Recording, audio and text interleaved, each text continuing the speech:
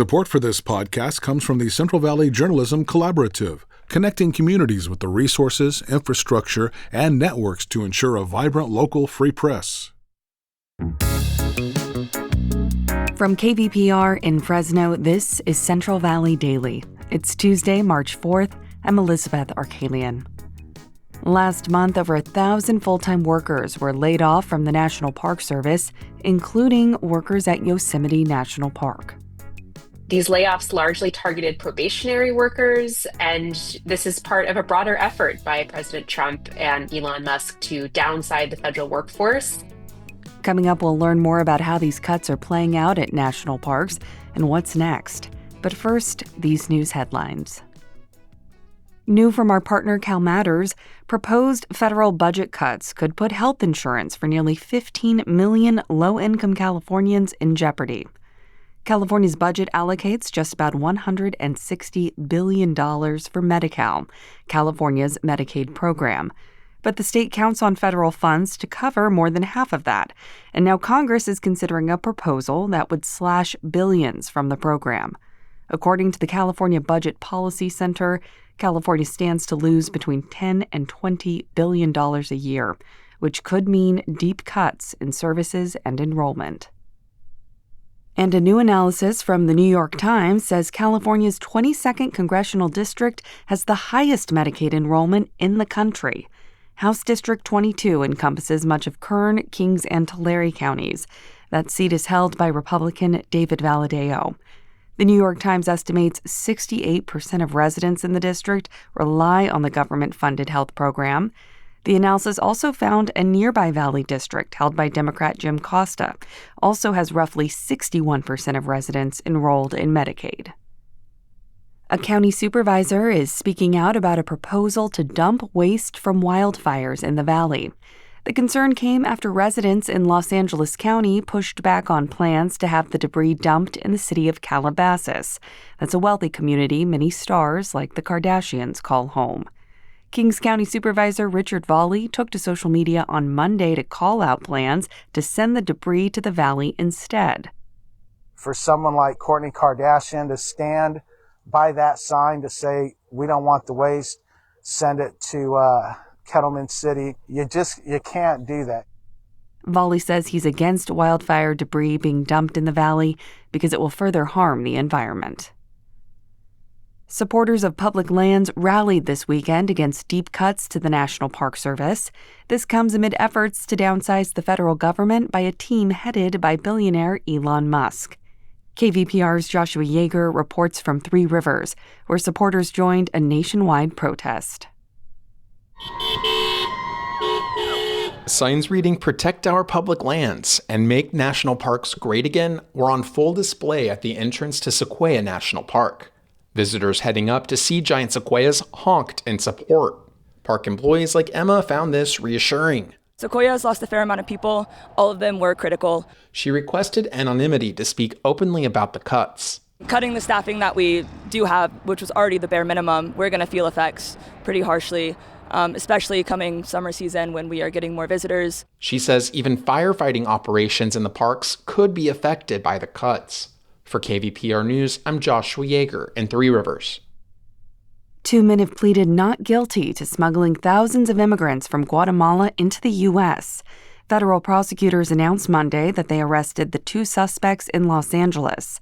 The pair is accused of leading a large network that smuggled roughly 20,000 people into the U.S. over a 5-year period.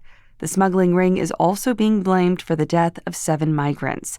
Among them was a 4-year-old child. A judge has ordered the men to jail without bail until the trial in April. Neither of them have legal status in the U.S.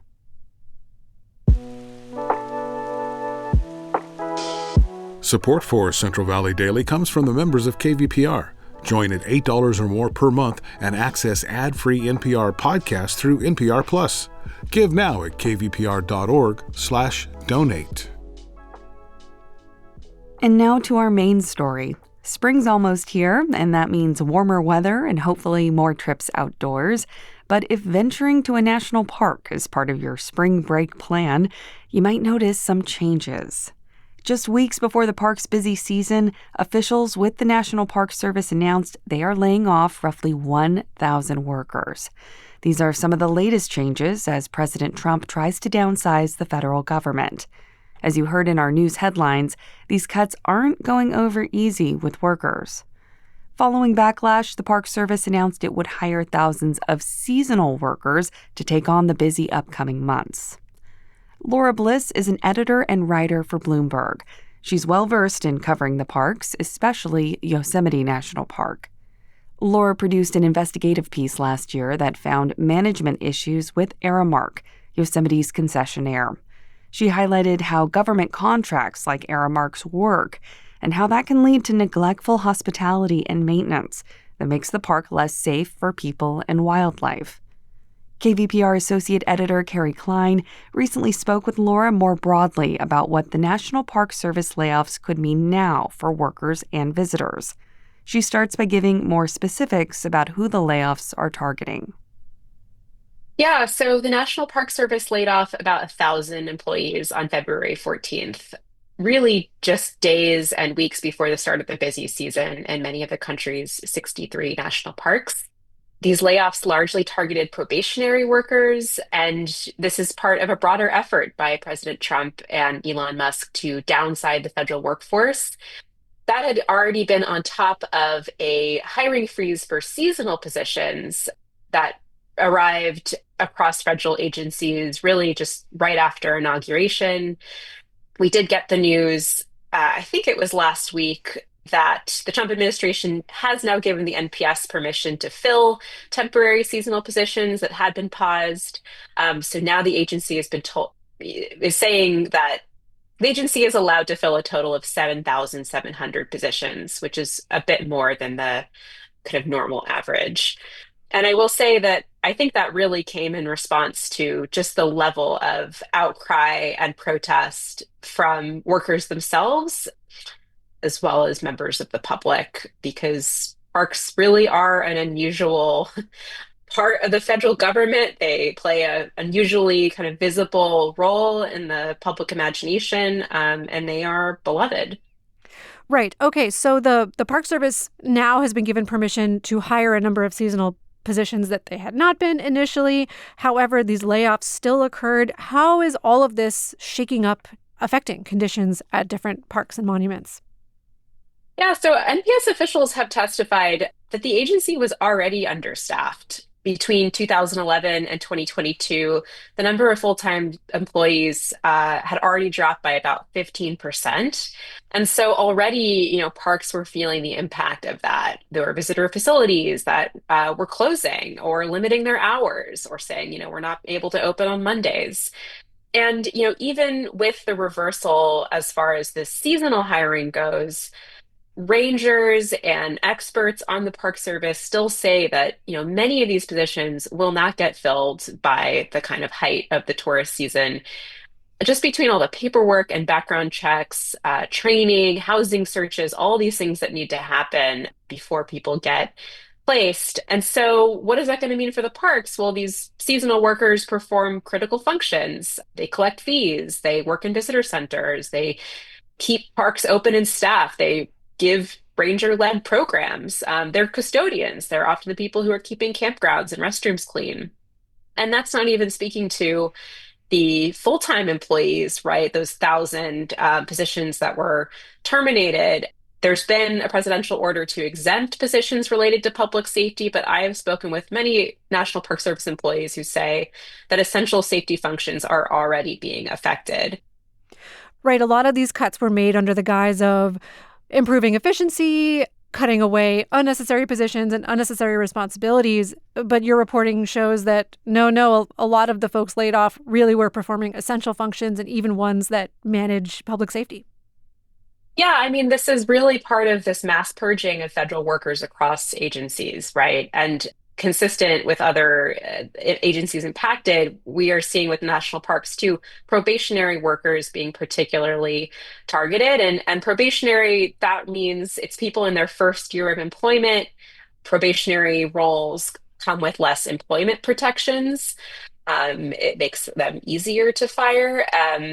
And while that might sound like these cuts are impacting inexperienced people, people who may not had the kind of level of background or expertise, that's actually really not the case. And with the Parks Service in particular, these are jobs that take, years of seasonal and temporary work within the agency to land permanent positions.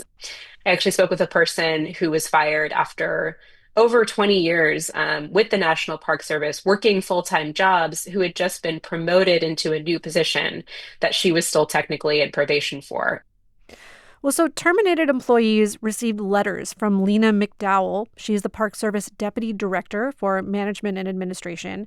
She wrote that they had, quote, failed to demonstrate fitness or qualifications for continued employment. I know you've spoken to a few employees who were let go, some of whom you've already mentioned. What was their reaction to those comments? Yeah, and workers I've spoken to said that is simply untrue. Alexander Chimura, he is a former custodian at Yosemite who was terminated from his job. And he actually shared his past employee evaluations with me that demonstrated he had exceeded the expectations of his role. And so he said he plans to file a class action lawsuit with other employees who say their firings were illegal. I also know the National Treasury Employees Union, which represents hundreds of NPS employees, has also said it plans to sue the Trump administration. It's said that the firings were purely without cause. And have you been able to speak with any management from the Park Service to get their take on these cuts? Here, I can just read the statement that the National Park Service sent me in response to my most recent story on this. They said the National Park Service is hiring seasonal workers to continue enhancing the visitor experience as we embrace new opportunities for optimization and innovation in workforce management. We are focused on ensuring that every visitor has the chance to explore and connect with the incredible, iconic spaces of our national parks. Well, so what's next? Is there any chance that these employees could be brought back? What do you think is going to be happening in the coming months?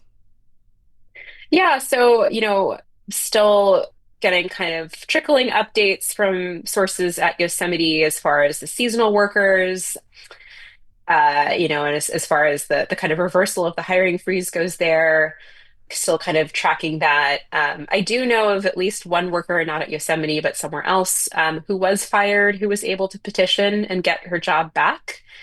So I think the courts also, right, are going to be the big test to see if any of these workers are able to get back their jobs or any form of compensation through these class action lawsuits that are moving forward.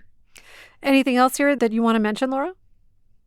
I guess I can just add that, some of the reporting I'm doing now focuses on, the impacts for just the public spring and summer travel plans and as well as the kind of local economies that form the gateway communities to national parks. And, I was just talking to a business owner in Moab, Utah, outside Zion National Park, who said that, they've seen really the rate of reservations slow way down since these job cuts happened, even some cancellations from foreign travelers. So, there are all kinds of knock-on effects here that I will be continuing to report on. That was KVPR's Associate Editor, Carrie Klein, in conversation with Bloomberg reporter Laura Bliss. And that's today's show. Have a story idea or feedback on today's show? We would love to hear from you. Just send us an email at podcast@kvpr.org. Today's episode was produced by Jonathan Linden and KVPR with support from the Central Valley Journalism Collaborative.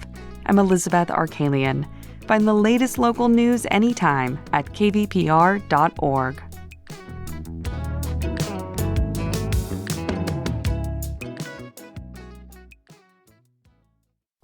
Each morning, it's a new opportunity, a chance to start fresh. Up First from NPR makes each morning an opportunity to learn and to understand.